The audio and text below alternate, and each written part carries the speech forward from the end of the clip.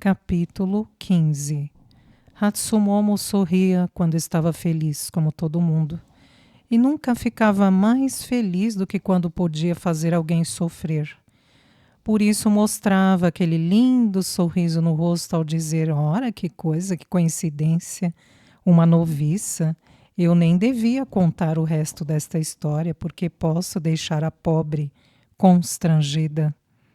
Esperei que Mamerra pedisse licença para sair e me levasse consigo, mas ela apenas me lançou um olhar ansioso. Deve ter sentido que deixar Hatsumamo sozinha com aqueles homens seria como fugir de uma casa em fogo. Era melhor ficar e controlar o prejuízo. Não há nada mais difícil do que ser uma noviça, disse Hatsumomo. Não acha, abóbora? Agora, a abóbora era aprendiz, fora noviça 6 meses antes. Lancei-lhe um olhar pedindo simpatia, mas ela apenas encarava a mesa de mãos no colo. Conhecendo-a como conhecia, eu sabia que a pequena ruga na testa significava que estava aborrecida. Sim, senhora, disse. Um momento tão difícil da vida, continuou Hatsumomo. Ainda lembro como achava difícil. Qual é o seu nome, pequena noviça? Por sorte não precisei responder, pois Mamerra falou. Você certamente tem razão quanto a ter sido um período difícil para você, Hatsumomo-san. Mas também você era a mais desajeitada do que a maioria. Quero ouvir o resto daquela história, disse um dos homens. E constranger a pobre noviça que acaba de chegar? Disse Hatsumomo. Só vou contar se prometerem que não pensarão nessa pobre moça enquanto eu contar a história. Pensem em outra qualquer. Hatsumomo era muito engenhosa no seu jeito diabólico. Os homens poderiam não ter imaginado a história ligada a mim antes, mas agora com certeza o fariam. Vamos ver onde eu estava, começou Hatsumomo. Ah, sim, bem, essa noviça de quem eu falava, não recordo o seu nome, mas devo lhe dar um para que não a confundam com esta pobre menina aí. Diga-me, pequena noviça, qual o seu nome? Sayuri, senhora, falei. Meu rosto estava tão quente de nervosismo que eu não ficaria surpresa se minha maquiagem derretesse e começasse a pingar no meu colo. Sayuri, que lindo! De alguma forma não combina com você. Bem, vamos chamar a noviça da história de Mayuri. Então, um dia eu estava andando pela Avenida Shijo com Mayuri a caminho da Okiya, da irmã mais velha dela. Havia um vento medonho, do tipo que sacode as janelas, e a pobre Mayuri tinha pouca experiência com o kimono. Era leve, como uma folha, e aquelas mangas enormes podem funcionar como velas, sabem? Quando íamos cruzar a rua, ela desapareceu. E escutei um som leve atrás de mim, como "ah", mas muito baixinho. Hatsumomo nesse momento me encarou. Minha voz não é alta o bastante, disse. Quero ouvir você dizer "ah". O que poderia eu fazer? Tentei, do melhor modo possível, imitar o ruído. Não, não, muito mais alto. Ora, deixe estar. Ralhou Hatsumomo e, virando-se para o homem ao seu lado, disse entre os dentes: não é muito inteligente ela, não é? Balançou a cabeça por um momento e só depois prosseguiu. Bem, quando me virei, a pobre Mayuri estava sendo levada pela rua para trás, por um quarteirão inteiro, com braços e pernas batendo como um besouro de costas. Quase rasguei meu obi de tanto rir, mas de repente ela tropeçou num cruzamento movimentado quando vinha um carro. Graças aos céus foi soprada para cima do capô. Suas pernas se levantaram e podem imaginar. Quando o vento levantou seu kimono e, bem, não preciso dizer o que aconteceu. Claro que precisa, disse um dos homens. Vocês não têm imaginação? retrucou ela. O vento ergueu seu kimono. Acima do quadril, ela não queria ser vista nua. Assim, para preservar sua modéstia, ela se virou e acabou com as pernas apontando para lados diferentes e as partes privadas comprimidas contra o vidro do carro, bem na cara do motorista. Naturalmente, a esta altura, os homens estavam histéricos, incluindo o diretor que batia seu pote de saquê na mesa como uma metralhadora e disse: "Por que uma coisa dessas nunca acontece comigo?" "É verdade, diretor", disse Hatsumomo. "A menina era apenas uma noviça, não que o motorista tenha conseguido ver alguma coisa, quero dizer. Podem imaginar olhar as partes íntimas desta menina do outro lado da mesa?" Era de mim que falava, claro. Provavelmente não é muito diferente de um bebê. Às vezes, meninas começam a ter cabelos aos 11 anos. Falou um dos homens. "Que idade você tem, pequena Sayori-san?" perguntou Hatsumomo. 14, senhora. Eu lhe disse do jeito mais educado que pude. Mas sou uma 14 velha. Os homens gostaram, disse. O sorriso de Hatsumomo endureceu um pouco. 14? Repetiu ela. Mas é perfeito e naturalmente não tem cabelos. Ah, tenho e bastante. Garanti e levei a mão à cabeça para dar umas palmadinhas no meu cabelo. Acho que deve ter sido uma resposta inteligente, embora a mim não parecesse. Os homens riram ainda mais do que haviam rido da história de Hatsumomo. Ela também riu, provavelmente porque não queria que parecesse que a piada tinha sido com ela. Quando os risos foram morrendo, Mameha e eu saímos. Nem tínhamos fechado a porta atrás de nós quando ouvimos Hatsumomo pedir licença também. Ela e a Abóbora nos seguiram pela escada. "Então, Mameha-san", disse Hatsumomo, "foi engraçado demais. Nem sei por que não entretemos juntas mais vezes." "Foi divertido, sim", disse Mameha. "Fico deliciada ao imaginar o futuro." Depois Mameha me lançou um olhar muito contente. Ficara satisfeita em pensar em Hatsumomo sendo destruída. Naquela noite, depois de tomar banho e tirar a maquiagem, eu estava parada no hall de entrada respondendo às perguntas de titia sobre meu dia, quando Hatsumomo chegou da rua e parou diante de mim. Normalmente não voltava tão cedo, mas no momento em que vi seu rosto, eu soube que voltara só para me enfrentar. Não usava aquele seu sorriso cruel, mas os lábios estavam contraídos de um jeito quase feio. Plantou-se diante de mim um momento, depois jogou a mão para trás e me deu um tapa na cara. A última coisa que vi antes de sua mão me atingir foram seus dentes comprimidos como 2 fileiras de pérolas.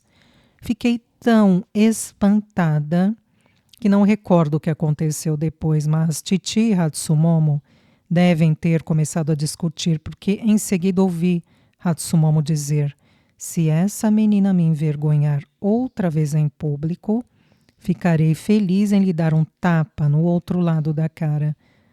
"Mas como foi que eu a envergonhei?" perguntei. "Você sabia perfeitamente bem o que eu quis dizer quando perguntei se tinha cabelos, mas me fez parecer uma idiota. Eu lhe devo uma, pequena Shio, e vou retribuir em breve, prometo." A raiva de Hatsumomo pareceu fechar-se sobre si mesma, e ela saiu outra vez da Okiá para junto de Abóbora, que esperava na rua para lhe fazer uma mesura.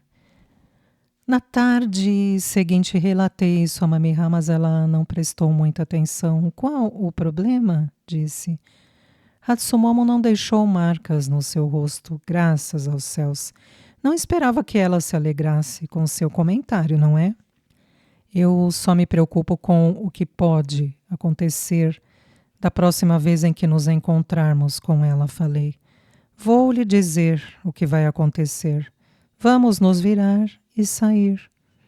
O anfitrião pode ficar surpreendido ao nos ver sair de uma festa em que acabamos de chegar, mas é melhor do que dar a Hatsumomo outra chance de humilhar você. Seja como for, se a encontrarmos, será uma bênção. Não vejo como, Mameha-san. Se Hatsumomo nos forçar a deixar algumas casas de chá, iremos a mais festas, só isso. Você será conhecida em Gion muito mais rápido. A confiança de Mameha me tranquilizou. De fato, quando saímos para Gion mais tarde, eu esperava no fim da noite poder tirar a maquiagem e ver minha pele brilhando de satisfação pela longa noite. Nossa primeira parada foi em uma festa para um jovem ator de cinema, que não parecia ter mais de 18 anos, mas não tinha um fio de cabelo na cabeça, nem cílios ou sobrancelhas. Ele se tornaria muito famoso uns anos depois, mas apenas pelo modo como morreria. Matou-se com uma espada depois de assassinar uma jovem garçonete em Tóquio. Seja como for, achei-o muito esquisito, até perceber que ficava me olhando. Eu vivera em tal isolamento na Okiá que devo admitir que gostava de ser objeto de atenção. Ficamos mais de 1 hora e Hatsumomo não apareceu. Parecia-me que minhas fantasias de sucesso começavam a se concretizar. Nossa parada seguinte foi numa festa dada pelo chanceler da Universidade de Kyoto. Mameha começou imediatamente a falar com um homem que não via fazia algum tempo e me deixou por minha própria conta. O único espaço que encontrei à mesa foi ao lado de um velho de camisa branca manchada que devia ter muita sede porque bebia cerveja sem parar, a não ser quando afastava o copo dos lábios para arrotar. Ajoelhei-me ao seu lado e estava prestes a me apresentar quando ouvi a porta ser aberta. Esperei ver uma criada vindo servir outra rodada de saquê, mas na soleira se ajoelhavam Hatsumomo e Abóbora. Ah, céus!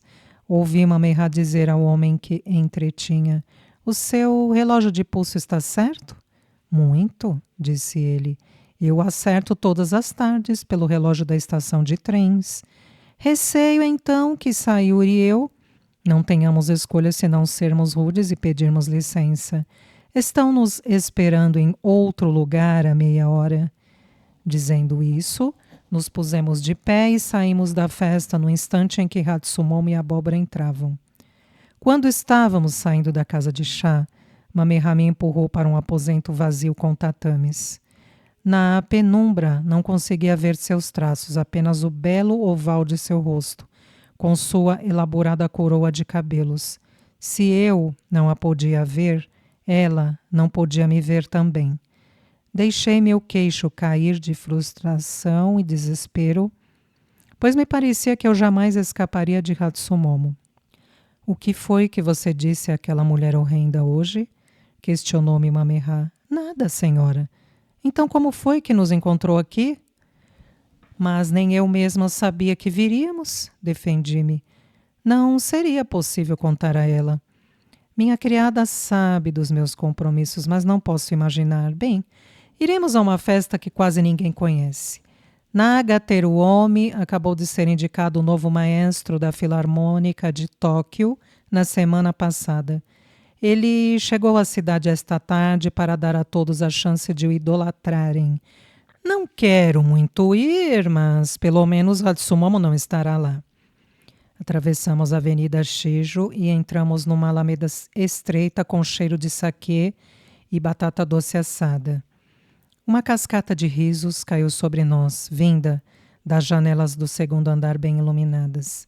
Dentro da casa de chá, uma jovem criada nos levou a um aposento no segundo andar, onde encontramos o maestro sentado, com seu cabelo fino e oleoso penteado para trás e os dedos acariciando, zangados, um pote de saquê. Os outros homens da sala participavam com 2 gueixas de um jogo envolvendo bebida, mas o maestro não quisera fazer parte. Falou algum tempo com Mameha e logo lhe pediu que dançasse. Não creio que ele se interessasse por dança. Foi apenas um meio de acabar com aquele jogo e encorajar os convidados a prestar atenção nele.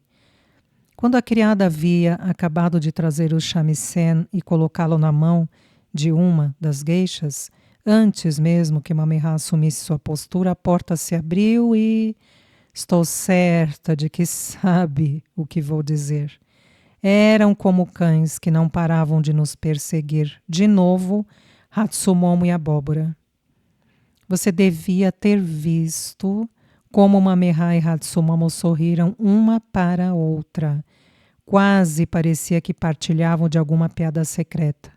E na verdade estou certa de que Hatsumomo se deliciava com sua vitória por nos encontrar. E Mamerra, bem, acho que seu sorriso era apenas um modo de esconder a raiva. Durante sua dança percebi o queixo, pronunciado para a frente, e as narinas se moverem. Ela nem voltou para a mesa depois, apenas disse ao maestro: obrigada por nos permitir aparecer aqui. Receio que seja tarde. Sayuri e eu temos de pedir licença. Não posso nem lhe dizer como Hatsumomo parecia contente quando fechamos a porta. Segui Mamerra escadas abaixo. No último degrau ela parou e esperou. Uma jovem criada saiu do hall para nos acompanhar, a mesma que antes nos levara escadas acima. Que vida dura você deve ter como criada, disse-lhe Mamerra. Provavelmente quer tantas coisas e tem tão pouco dinheiro, mas diga-me, em que vai usar o que acaba de ganhar? Não ganhei nada, senhora, disse ela, mas vendo-a engolir nervosamente, percebi que mentia. Quanto dinheiro Hatsumomo lhe prometeu? O olhar da moça caiu no chão. Só então entendi o que Mamerra pensava. Mais tarde ficamos sabendo que realmente Hatsumomo subornara ao menos uma das criadas de cada casa de chá de primeira categoria em Gion. Deviam telefonar a Yoko, a mocinha que atendia ao telefone em nossa Okiá, sempre que Mamerra e eu chegássemos a uma festa.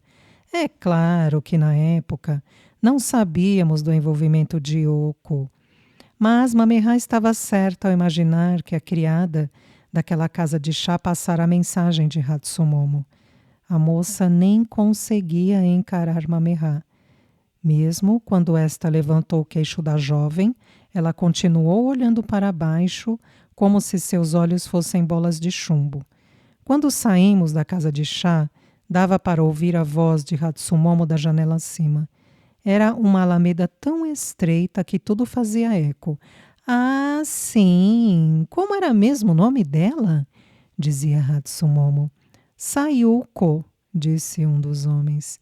Sayuko não, Sayuri, corrigiu o outro. Acho que é isso mesmo, disse Hatsumomo. Mas é muito embaraçoso para ela, acreditem, parece uma boa moça. Não consegui observar direito, disse um homem, mas é muito bonita. Olhos tão inusitados, disse uma das gueixas. Sabe o que ouvi outro dia um homem dizer dos olhos dela? Provocou Hatsumomo. Ele dissera que eram da cor de minhocas esmagadas. Minhocas esmagadas? Nunca ouvi descreverem uma cor assim antes. Bem, eu lhe digo o que ia dizer a respeito dela, prosseguiu Hatsumomo, mas precisam prometer que não vão repetir. Ela tem uma espécie de doença e seus peitos são como os de uma velha, caídos e enrugados, um horror. Eu a vi uma vez na casa de banhos. Mamerra e eu tínhamos parado para ouvir, mas quando escutamos isso, ela me deu um pequeno empurrão e saímos juntas da alameda. Mamerra parou um momento olhando rua acima e abaixo, então disse: estou tentando imaginar onde podemos ir, mas não sei um só lugar. Se aquela mulher nos encontrou aqui, acho que pode nos encontrar em qualquer parte de Gion. Pode voltar à sua Okiá, Sayuri, até descobrirmos outro plano. Certa tarde, durante a Segunda Guerra Mundial, alguns anos depois destes fatos que estou lhe contando, um oficial pegou sua pistola durante uma festa sob as árvores e a colocou na esteira para me impressionar. Lembro-me de ter de ficar espantada com a beleza da arma. O metal tinha um brilho cinza fosco. Suas curvas eram macias, perfeitas. O cabo de madeira encerada tinha desenhos rebuscados, mas quando pensei em seu real objetivo, ouvindo as histórias dele, deixei de achar a arma bela e ela se tornou monstruosa. É exatamente o que aconteceu com Hatsumomo aos meus olhos, depois que ela interrompeu a minha estreia. Não quer dizer que antes eu não a considerasse monstruosa, mas sempre invejara sua beleza e agora não invejava mais. Em vez de poder frequentar banquetes todas as noites, além de 10 ou 15 festas, eu era obrigada a ficar sentada na Okiá, treinando dança e shamisen como se nada em minha vida tivesse mudado desde o ano anterior. Quando Hatsumomo passava por mim no corredor, em toda a sua magnificência, maquiagem branca brilhando sobre a roupa escura, como a lua num céu noturno, sei que até um cego a acharia bela, mas eu nada sentia senão ódio e ouvia o sangue zumbir em meus ouvidos. Fui chamada ao apartamento de Mamerra várias vezes nos dias seguintes. Sempre esperava ouvi-la dizer que encontrara um jeito de lograr Hatsumomo, mas ela apenas queria que eu realizasse tarefas na rua que não confiaria à sua criada. Certa tarde perguntei se fazia ideia do que aconteceria comigo. Receio que por hora esteja no exílio, Sayori-san, respondeu ela. Espero que se sinta mais determinada do que nunca a destruir aquela mulher perversa. Mas até termos um plano não será bom para você seguir-me por Gion. Naturalmente, fiquei desapontada ao ouvir isso. Mas Mamerra tinha razão. Hatsumomo me expondo ao ridículo me prejudicaria tanto aos olhos dos homens e até das mulheres de Gion, que seria melhor para mim ficar em casa. Por sorte, Mamerra era criativa e de tempos em tempos conseguia encontrar tarefas que eu podia cumprir sem perigo. Hatsumomo podia ter fechado Gion para mim, mas não podia fechar o mundo inteiro. Quando Mamerra saía de Gion para um compromisso, costumava me convidar. Fiz uma viagem de um dia inteiro de trem a Kobe, onde Mamerra cortou a fita inaugural de uma fábrica. Em outra ocasião, fui com ela acompanhar o novo presidente da companhia de telefone e telégrafos, Nippon, num passeio de limusine por Kyoto. Este passeio me impressionou muito, pois era a primeira vez que via a cidade, além dos limites de nosso pequeno Gion. Sem falar que foi minha primeira vez andando de carro. Eu nunca entendera o desespero em que algumas pessoas viviam naqueles anos, até irmos ao rio, ao sul da cidade, e vermos mulheres sujas, cuidando de seus bebês debaixo de árvores, ao longo dos trilhos do trem, e homens agachados em sandálias de palha, entre as ervas daninhas. Não fingirei que nunca vi gente pobre em Gion, mas raramente víamos alguém como aqueles camponeses famintos, pobres demais até para tomarem um banho. Eu jamais teria imaginado que eu, uma escrava aterrorizada pela maldade de Hatsumomo, tivesse uma vida relativamente afortunada durante a Grande Depressão. Mas naquele dia entendi que era verdade. No fim de certa manhã voltei da escola e encontrei um bilhete dizendo-me que corresse ao apartamento de Mamerra, levando minha maquiagem. Quando cheguei, o senhor Itshoda, que tinha a mesma função do senhor Beko, estava no quarto dos fundos amarrando o obi de Mamerra diante do espelho grande. Depressa, passe a maquiagem, disse Mamerra. Deixei um kimono para você no outro quarto. O apartamento de Mamerra era enorme para os padrões de Gion. Além do seu cômodo principal, que ocupava uma área de 6 tatames, havia 2 outros quartos menores, um de vestir, que também servia de quarto de criada, e um quarto onde Mamerra dormia. No quarto dela Havia um futon recém-arrumado, com um conjunto completo de kimono, que sua criada estendera para mim. Fiquei intrigada com o futon. Os lençóis não eram os que Mamerha usara para dormir na noite anterior, pois estavam limpos como neve recente. Fiquei pensando nisso enquanto vestia a roupa de algodão que trouxera. Quando voltei ao quarto de vestir para aplicar a maquiagem, Mamerha me contou por que me chamara. O barão voltou à cidade, disse ela. Venha almoçar aqui, quero que conheça você. Ainda não mencionei o barão, mas Mamerha estava falando do barão Matsunaga Tsuneyoshi, o seu Dana. Já não temos barões nem condes no Japão, mas antes da Segunda Guerra tínhamos, e o barão Matsunaga devia ser um dos mais ricos. Sua família controlava um dos maiores bancos do Japão e era muito influente. Seu irmão mais velho herdara o título de barão, mas fora assassinado quando era ministro das Finanças do primeiro-ministro Inukai. O Dana de Mamerha, então já na casa dos 30 anos, não herdara apenas o título de barão, mas todas as empresas do irmão, incluindo uma imensa propriedade em Kyoto, perto de Gion. Seus negócios o faziam ficar boa parte do tempo em Tóquio. E outra coisa o mantinha lá também. Muitos anos depois eu soube que ele tinha outra amante no distrito de geishas de Akasaka, em Tóquio. Poucos homens são ricos o bastante para sustentar uma geisha como amante, mas o barão Matsunaga Tsuneyoshi tinha duas. Agora que eu sabia que Mamerha passaria a tarde com seu Dana, podia ter uma ideia bem melhor do motivo pelo qual o futon em seu quarto fora arrumado com lençóis limpos. Vesti depressa a roupa que Mamerha escolhera para mim.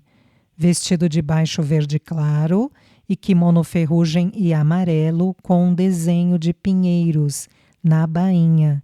A essa altura, uma das criadas de Mamerha voltava de um restaurante próximo, com uma grande caixa laqueada trazendo o almoço do barão. A comida em pratos e travessas estava pronta para ser servida como num restaurante.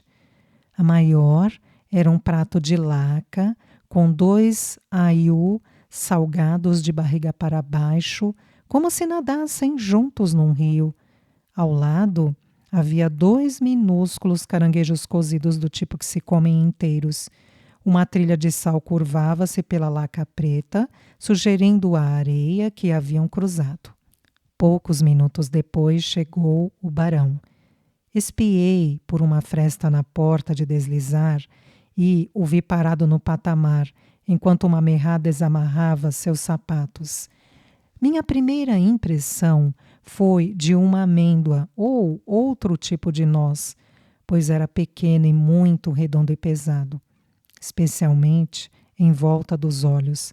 Barbas eram moda então, e o barão trazia no rosto uma série de longos pelos macios que deveriam parecer uma barba, mas eu os achei parecidos com um tipo de guarnição ou finas algas que às vezes se colocam numa tigela de arroz.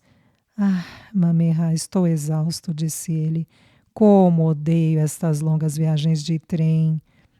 Por fim, saiu de seus sapatos e atravessou o cômodo a passos curtos e enérgicos. Mais cedo naquela manhã, o empregado que vestia Mamerha trouxera de um depósito do outro lado do hall uma cadeira estofada e um tapete persa e os arranjara perto da janela. O barão sentou-se ali. Mas não sei o que aconteceu depois, porque a criada de Mamerha veio até mim e fez uma mesura pedindo licença e fechou a porta.